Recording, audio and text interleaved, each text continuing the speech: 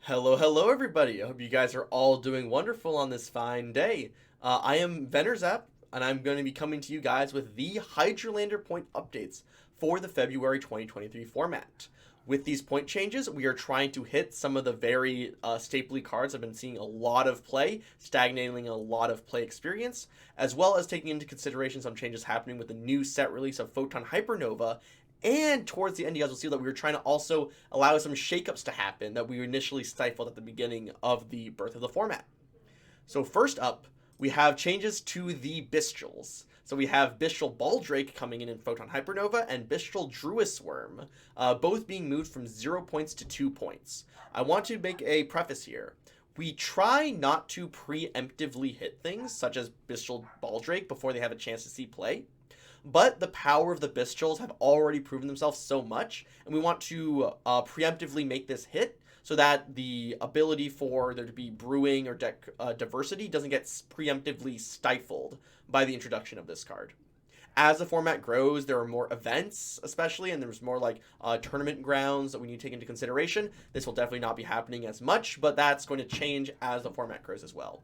Bistral Druisworm, we've previously taken a stance that we enjoy the play pattern it allows as a catch-up mechanism, as well as being able to be played around, because you want to have just normal summoned guys, try to minimize these special summoned crash in monsters to minimize its value. But the rate of play it's seeing is just so high that you have to try to figure out those optimizations almost every game, it feels like, and we don't want to have that in every game. So we're moving both of these from 0 points to 2 points. Next up, we have the Kashtiras. First up here is Kashtira Fenrir. In Photon Hypernova, they get their archetypal field spell, which will be able to search out both Fenrir and Unicorn.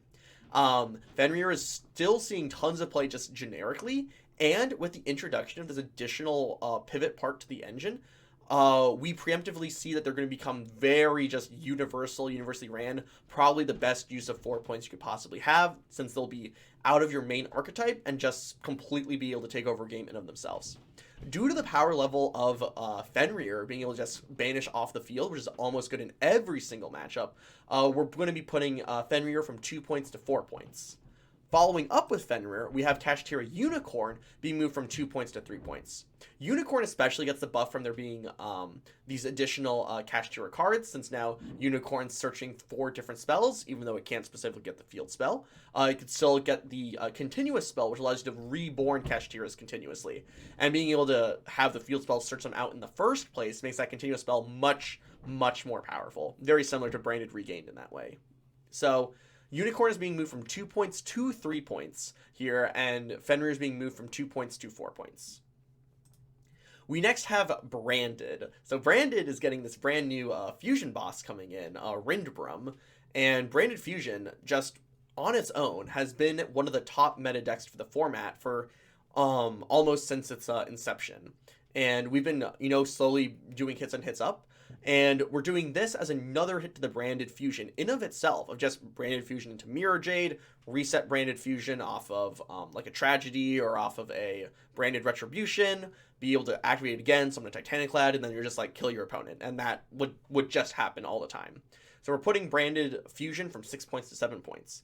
And similar to the Bistral Baldrake, this is a preemptive hit. While, in default, we would want people to be able to play with the new toys, figure it out, try to get a space from there.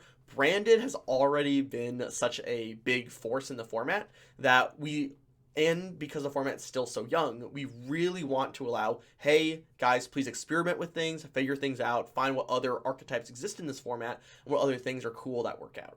So, preemptively, Rindbrum is going to be going from 0 points to 2 points. Point decreases. So we have 6 cards here that you see. They're all moving from various spots down to 0. To kind of summarize all of it is that these cards, a number of them were initially hit just at the start of the format, being that these cards were on the TCG ban list. The time that they had in the format of the traditional TCG was just so powerful for what they were doing and so dominating that we were like, for the sake of this format, for people to actually play it, we'll have to preemptively hit these. However, as time has kept progressing in Hydralander, these cards at the point values they were at, we're seeing almost like no play or being played in very, very few, very specific decks. such as Mirage of Nightmare or Sixth Sense, that are going to be very few decks, we would just hit those decks in their archetypal ways to help try to minimize the point list as much as possible. But like Denglong, Norden, Link Cross, Summon Sorceress as these powerful extra deck extension tools, with a much smaller extra deck, it becomes much harder.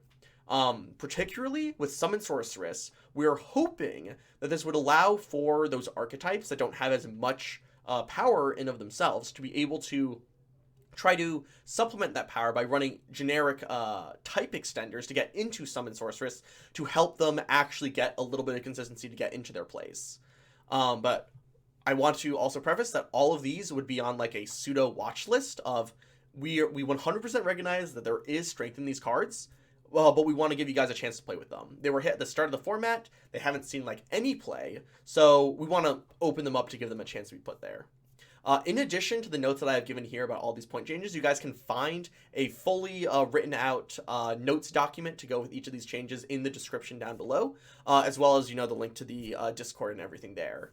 So thank you guys so much. This has been the February 2023 update for Yu-Gi-Oh! Hydralander, and I hope to be able to see you guys in some games. So thank you guys again so much for watching, and as always, wish you guys absolutely wonderful, and please take care.